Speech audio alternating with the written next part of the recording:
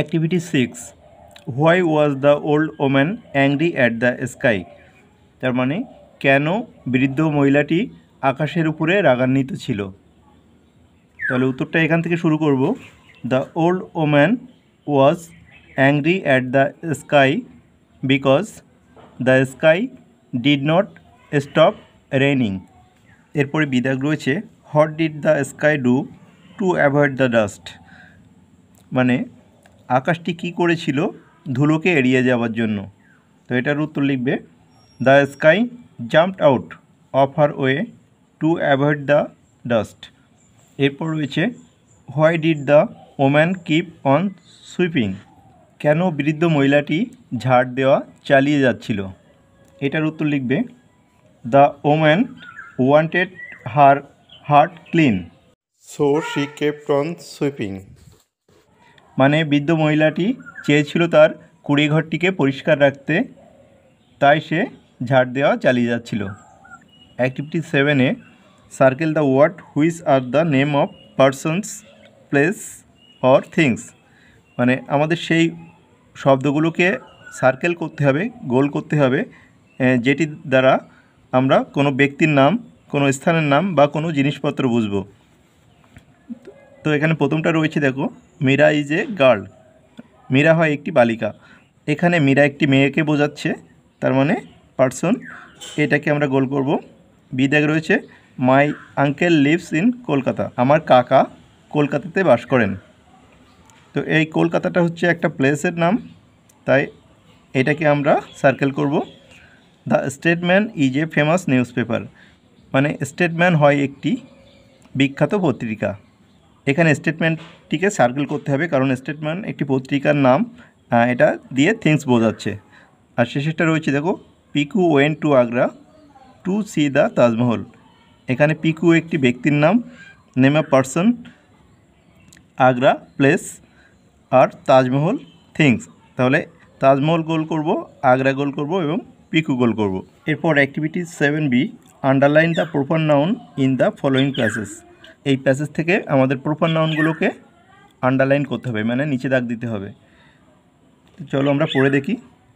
আমরা ইতিপূর্বেই জেনেছি proper noun হচ্ছে যখন কোনো ব্যক্তি, স্থান বা কোনো জিনিসের নাম নির্দিষ্ট করে বোঝাবে, সেগুলো হচ্ছে proper noun. There live a young boy in a village.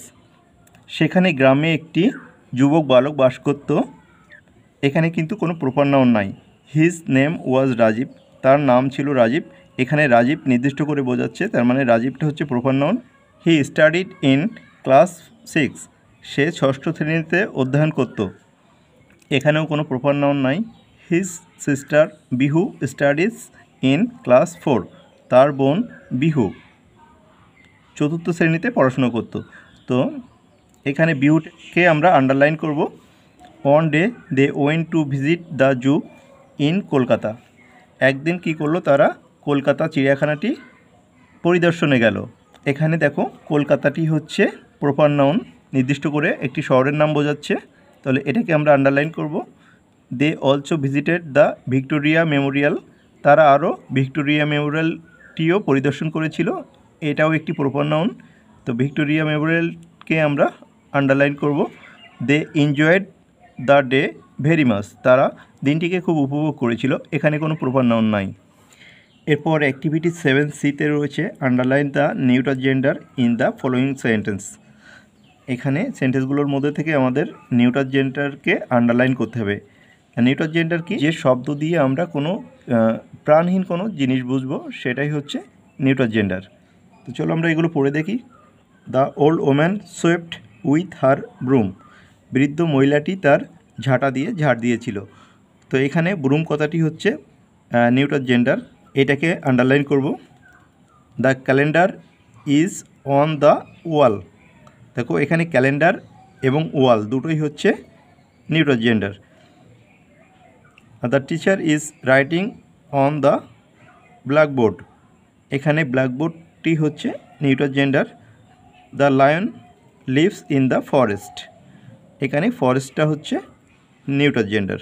এরপর activity 7D, underline the common gender in the following sentences. Neutral জেন্ডারের পরে আমরা কমন জেন্ডার খুঁজে বের করব। যে শব্দগুলোর মধ্যে ছেলে মেয়ে উভয়ই উপস্থিত থাকবে, সেগুলোই হচ্ছে কমন জেন্ডার। এখানে the servants sweeping the floor, এখানে সার্ভেন্টই হবে কমন জেন্ডার, কারণ সার্ভেন্ট হচ্ছে চাকর, চাকর ছেলেও হতে পারে মেয়েও হতে পারে। The students are going out for a picnic, এখানে স্টুডেন্ট মানে ছাত্রছাত্রী, মানে এর মধ্যে ছেলে মেয়ে উভয়ই রয়েছে। তো এই ধরনের শব্দগুলোই আসলে কমন জেন্ডার। এখানে স্টুডেন্ট কথাটিকে আন্ডারলাইন করে দেবে। The king was a kind person, এখানে পারসন শব্দটি হচ্ছে common gender. The son of my neighbour is my classmate, এখানে নেইবার কথাটি হচ্ছে কমন জেন্ডার, মানে নেইবার শব্দের অর্থ প্রতিবেশী, প্রতিবেশী সে ছেলেও হতে পারে মেয়েও হতে পারে, এবং ক্লাসমেট হচ্ছে সহপাঠী, এটাও হচ্ছে কমন জেন্ডার। এরপর activity 8A, fill in the blank with word from the help box, one is done for you. এখানে হেল্প বক্সে কিছু শব্দ দেওয়া রয়েছে, সেগুলো দিয়ে আমাদের ফিল আপ করতে হবে। প্রথমটা করে দিয়েছে, my pet cat has green eyes. এরপরে দেখো, দ্য ওল্ড ম্যান ওয়াজ কাফিং দ্য এন্টার নাইট, মানে বৃদ্ধ মহিলাটি সারা রাত ধরে কেসেছিল।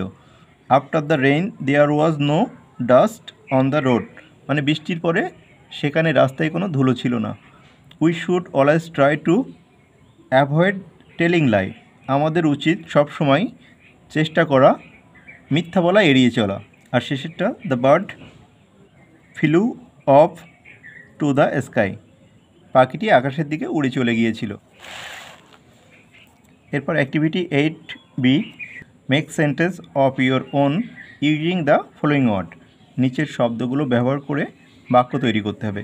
প্রথমে রয়েছে ভিলেজ, তো এটা লিখতে পারো, I live in a small village. Broom, এটা দিয়ে লিখতে পারো, I clean my room with a broom. Stop, please stop the car. Play, I play football every Sunday.